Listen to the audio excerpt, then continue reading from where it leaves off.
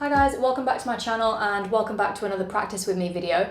I'm really enjoying making these actually at the moment. I haven't been churning out videos left, right and centre for a long time, and even now it's like once every month or two, but it feels like quite a lot to me.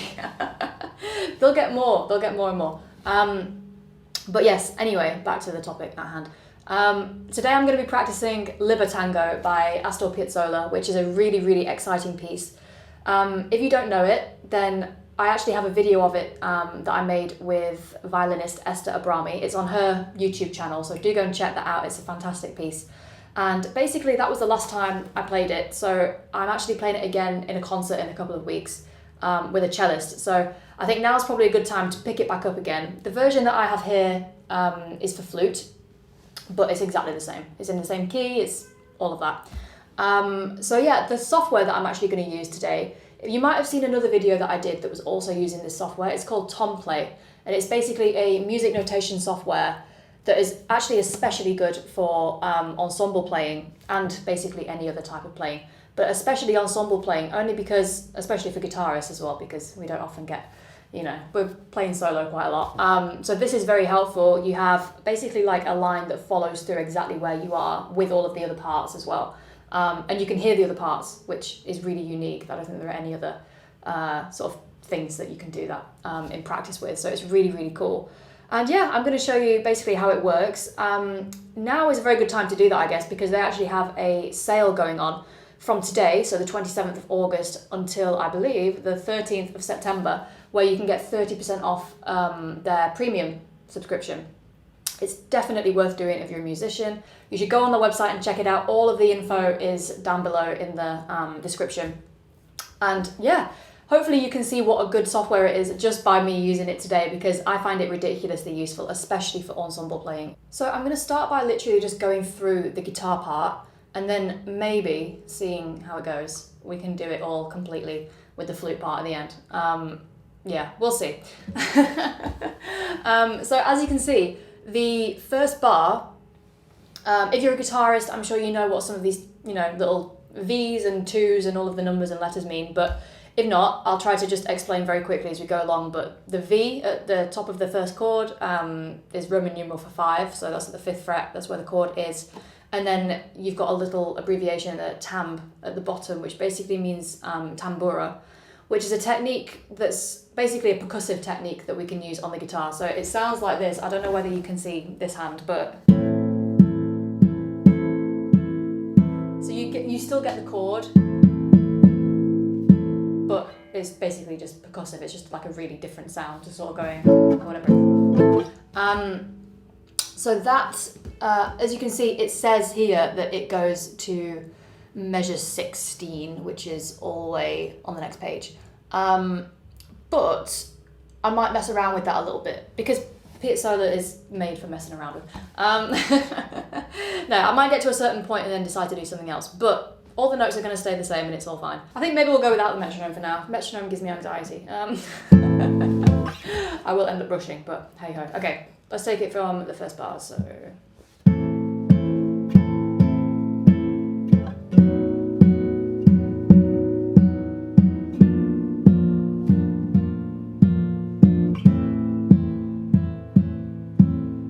Okay, so I mean that's basically sort of like the first bit, isn't it? I mean with this, it can be quite difficult sometimes with the tambura not to get all of the bass string, like especially the bottom string, which literally isn't written, like you're not meant to play the E. So you have to try and hit the strings. I don't know whether you can see, but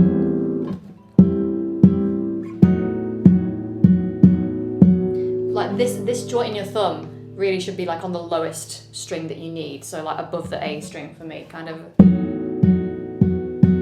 I mean, it's quite difficult to completely miss that string out, but as long as you don't hear the 6th string go, and it's not like really bass heavy, no one will notice, it's fine. And then the chord in, let's see, bar 2, which is the first chord change, is in 2nd position, hence the Roman numeral 2. We just shift that back 1 fret, literally, easiest chord change ever. And then we're just on a very out of tune A minor chord. And that's basically the first round of chords. And then we have. So this is measure, bar. Measure and bar mean the same thing, but in my head, I just interchange those words and it's really confusing. So I'll use bar because that's the English way of saying it. Bar 7, 8, 9. So bar 9, we kind of change. We have this little half barre, like a bit of a A minor 7 chord with the 7 in the bass. But I think here, like sometimes I stop doing the tambura here because it feels like I don't know. I just kind of prefer it. So we've had the resolution. Sometimes I like using like the flesh of the thumb there and just kind of.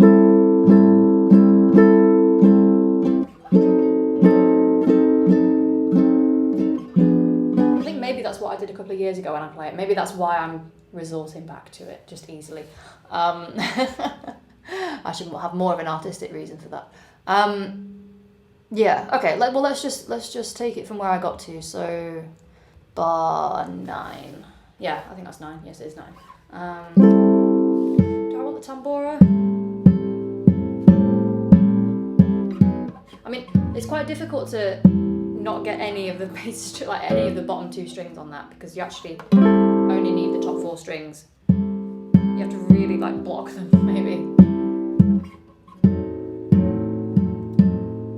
Doesn't really matter if you get them in.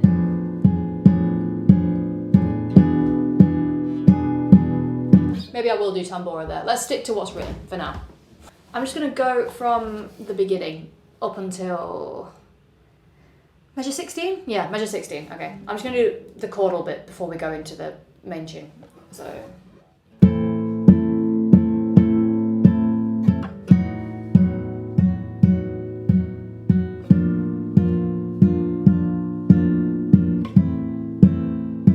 I'll do tambura here.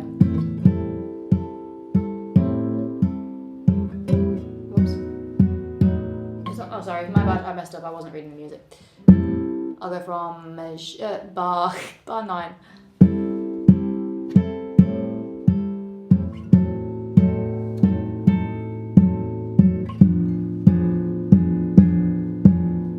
Have all the strings on that one. Okay, I think that's why I like to strum that bit sometimes. So like, for example, if I go from measure 13, bar 13,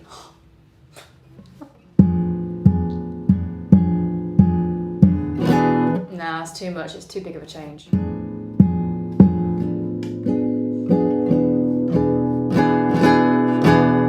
We really need to build up to something there.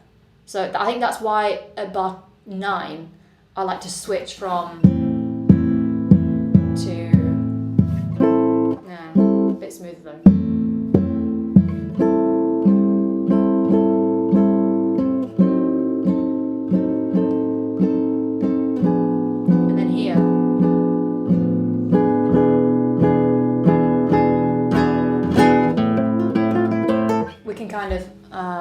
We can build up to it way better because I don't know, it's quite difficult to build volume without getting like really aggressive tambura. You get more of the percussion than the actual notes, whereas what you really want there I think is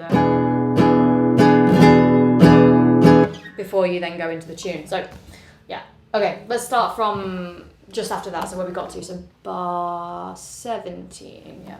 Okay, I remember, I'm having really weird flashbacks to learning this a few years ago. Can't remember anything. Oh, maybe I can, okay. I won't be saying that later. Do it really slowly.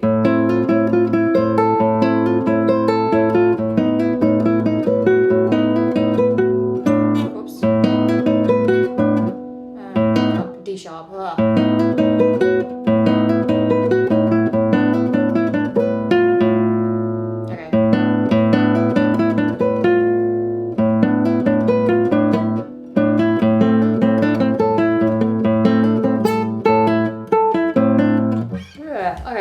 Get that bit from bar 17 to 20 something.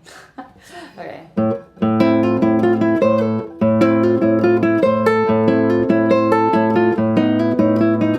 Yeah.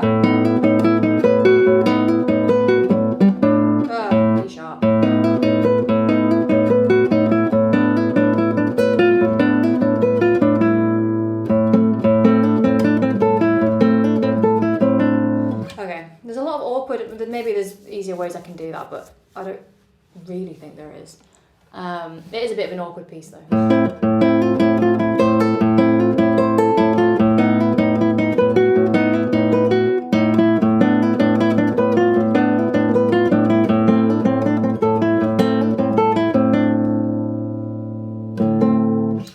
So between bars 24 and 25, there's a bit of an awkward transition because we have to go from there.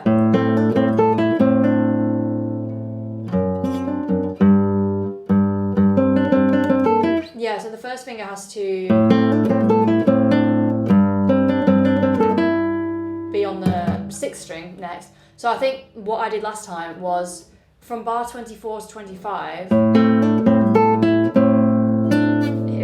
hinge barre on that D, which is the last note of bar 24. And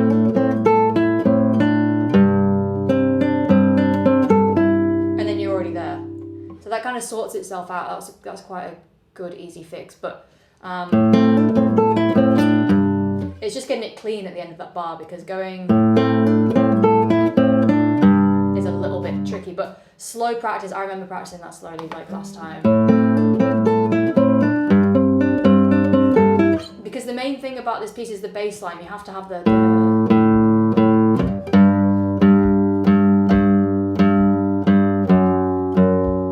It's all chromatic here.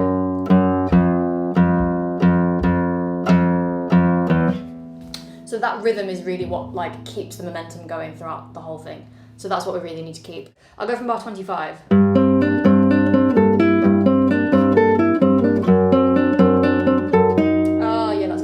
You have to flip your 4th finger all the way over to the 1st string, which is a little bit...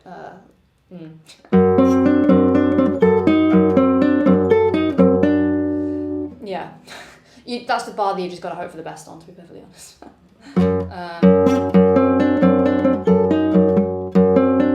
There might be other ways of doing it, but I don't think there is. I don't think there are.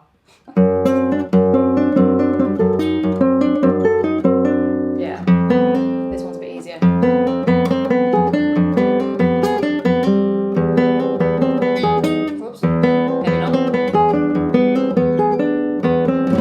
Okay, I'm going to try that section a little bit quicker, and it might not be perfect, but yeah.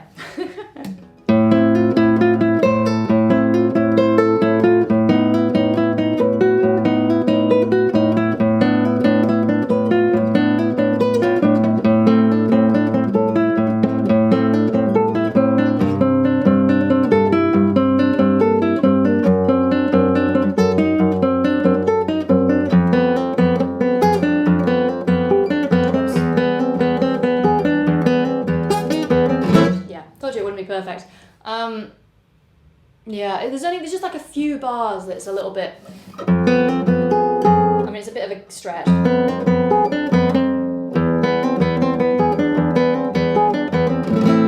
It'll clean itself up though, it's fine. I'll do one more run and then I'm going to go straight on because I think it's pretty much just the same chords for the next bit.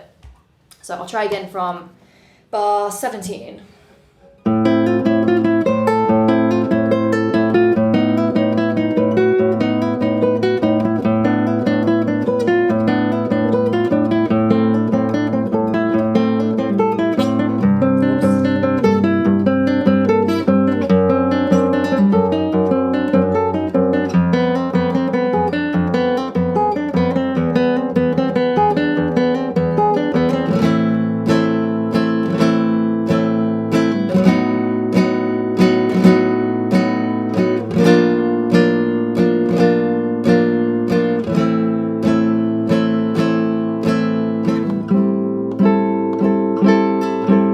Yeah, that was a bit. Okay. You can do rasguados. I can't. I'm not even going to try and say that. You know what I mean? The word. Rasguado.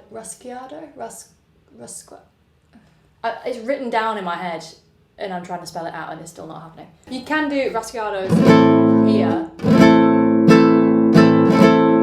but I wouldn't do with all 3 or 4 fingers. I'd literally probably do like just index and middle and just just so that there's a little bit of flair, but not like, not that every time, because that's a little bit OTT. Even just, we could do, as long as there's not like too much of an accent on the second one, like,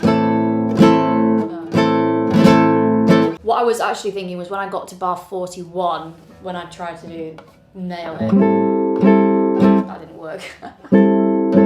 But I think it's a good place. So bar 41, I feel like, is a good place to go quiet.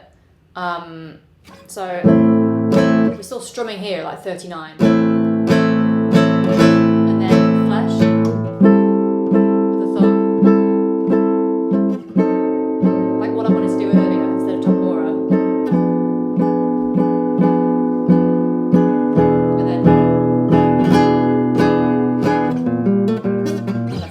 Yeah, I think that'll work, because it's exactly the same chords and everything, but it's a different part of the piece, and I think it needs different dynamics to what we had before.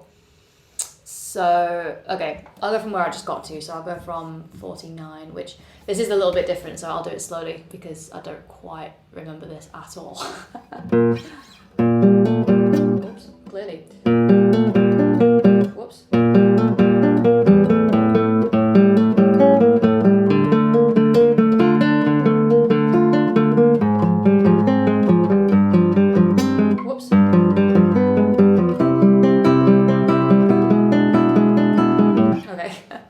Was the easy bit, but the rest of it isn't as easy. Okay, I'll go from the same place.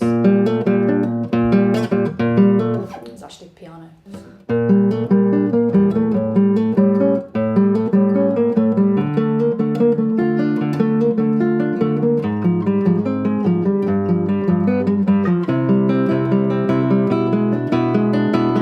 And then we need to build there, I think, because then we get back there.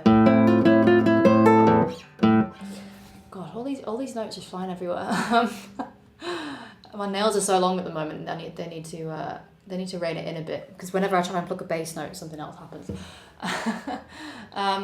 Okay, I'll go from the same place and then I'll carry on, because it's basically material that we've already had. And I think, does that lead to the end? Possibly. I'm not too sure. We'll see.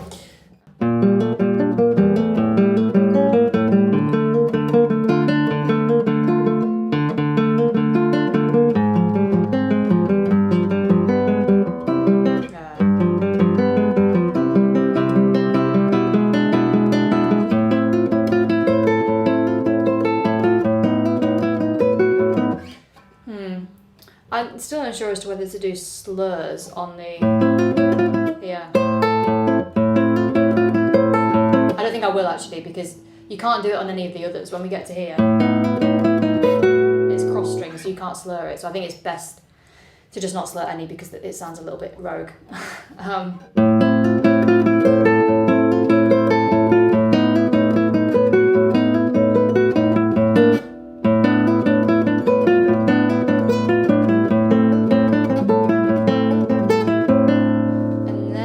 Down the octave, so I won't slur that either.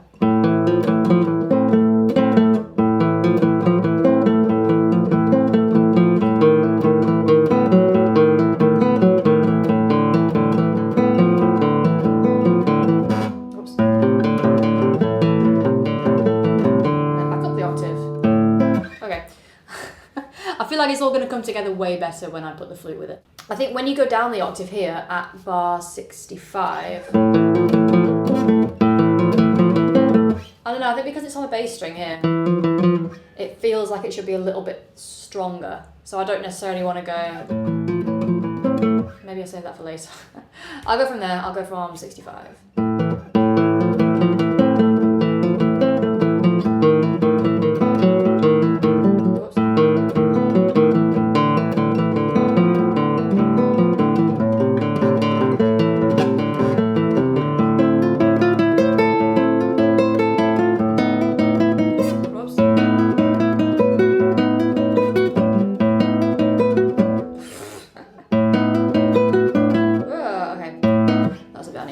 Because I'm so not with it. I'm getting the fingering mixed up with the other bit. My bad. That's it. I'll go from 65.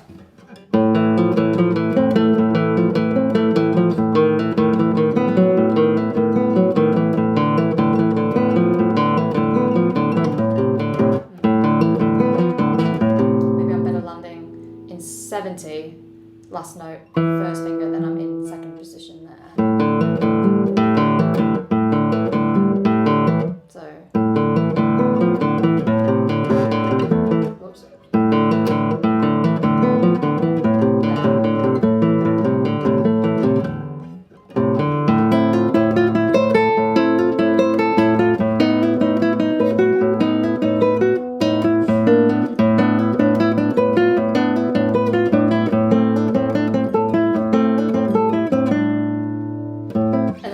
I'm just going to skip to the end because it all repeats there. 87, I'll go from there. Oh, sorry.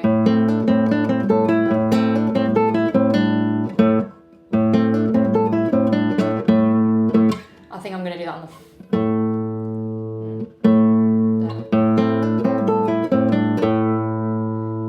You can either do the last note there or come back here, but...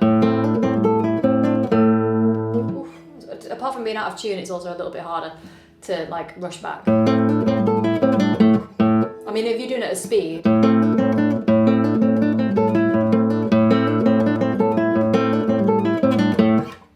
it's probably going to be easier to do it there. So I'd use your fourth finger on the fourth string. I absolutely love this piece. I mean, it's so exciting to play live. It's just, yeah. And it's a proper audience pleaser. It's a good encore, definitely.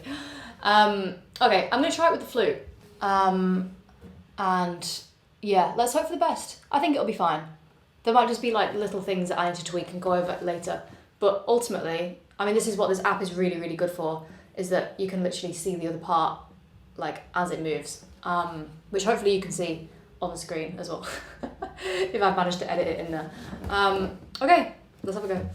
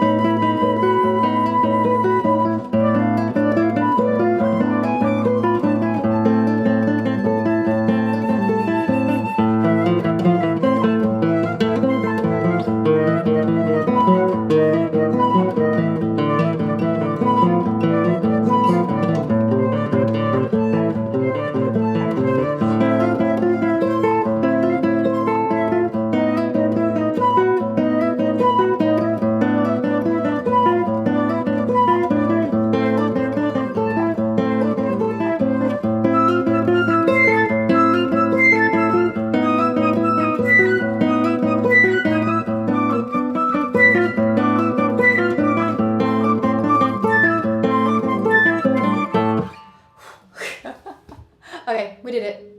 It's fine. And by we, I mean me and the audio track. Unless you were playing along, which would have been pretty impressive, to be honest. Yeah, okay, I thought that was cool. I think what I'm going to do is, or I'm going to try to do at least, is just do the last bit a little bit faster because I felt like it slowed down a little bit and it needs to build to something. and like it's just repeated and repeated and repeated the same thing, but like at different octaves, and it gets a bit more intense. So I think the best thing we can do is basically just kind of, I don't know, maybe take the tempo up. I'll go from where we have the lower octave, so 65. Here we go.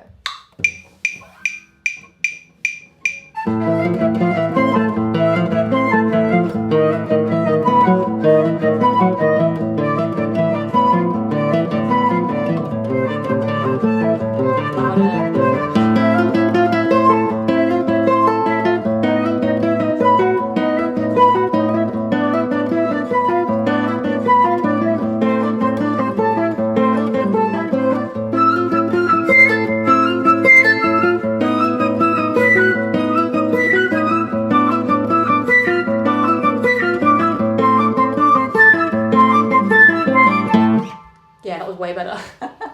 It's so much better, a bit quicker. I think it's one of those pieces, if you can play it quickly, play it quickly. Like, it's got so much energy anyway. Not too quickly, like you don't want to go completely like overboard. But I think if you're kind of, you know, getting to the end and it's a bit...